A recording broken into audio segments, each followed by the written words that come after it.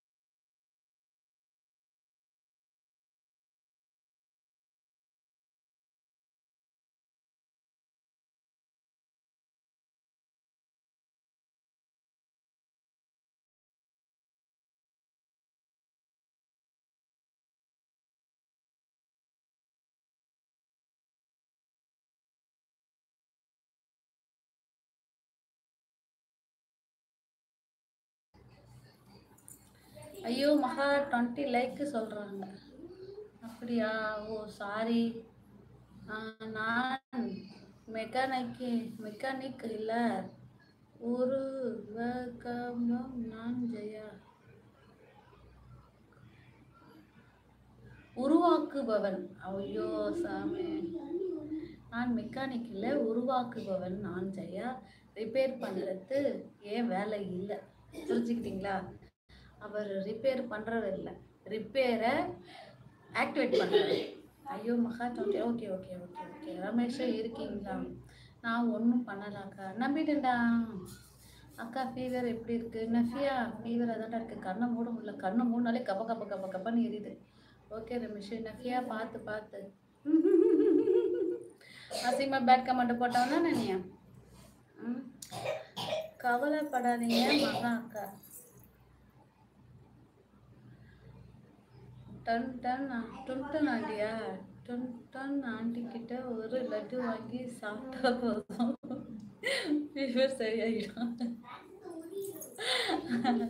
வாங்கி பார்சல் அனுப்பிச்சு விட்றேன் அக்கா வீட்டுக்கு, சரியா?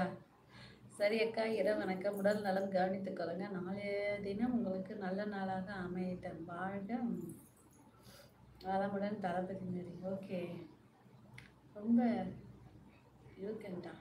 ஹாய் சிஸ்டர், ஹாரியூ சாப்பிட்டீங்களா? என்னம்மா என்னத்தான் சாப்பிட்டேன். என்ன மகா கண்ணு தெரியலையா? ஐயோ தெரியல, உண்மையிலே கண்ணு தெரியல. காது ரெண்டும் அடிச்சுக்கிச்சு. ஜுரம் சளினால ஃபீவர் அந்த அளவுக்கு இருக்குது. கண்ணே திறக்க முடியல, கண்ணு எரிச்சலா எரியுறா. நாங்கள் நர்ஸ் பேசுறதே, ஹாஸ்பிட்டல் நர்ஸ் பேசுறதே காது கேட்கல. ஆன்ற பையன் கண்ணு தெரியல, காது கேட்கல. வாங்க ரமேஷ், வாங்க வாங்க. எதுக்கு ரமேஷ் பாபு? பார்த்து உங்கள் டைம் பாஸ் சிஸ்டர். ஆனால் கண்ட நாய்களும் அதே பேசுது. ஓகே, ஒரு எச்சரிக்கை நெஃபியா.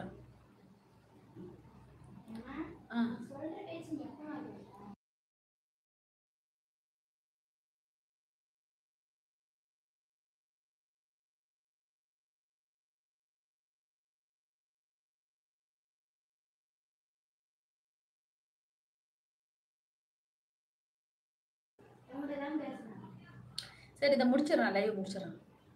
இந்த ஒரு 2 நிமிஷம் லைவ் முடிச்சிடறேன்.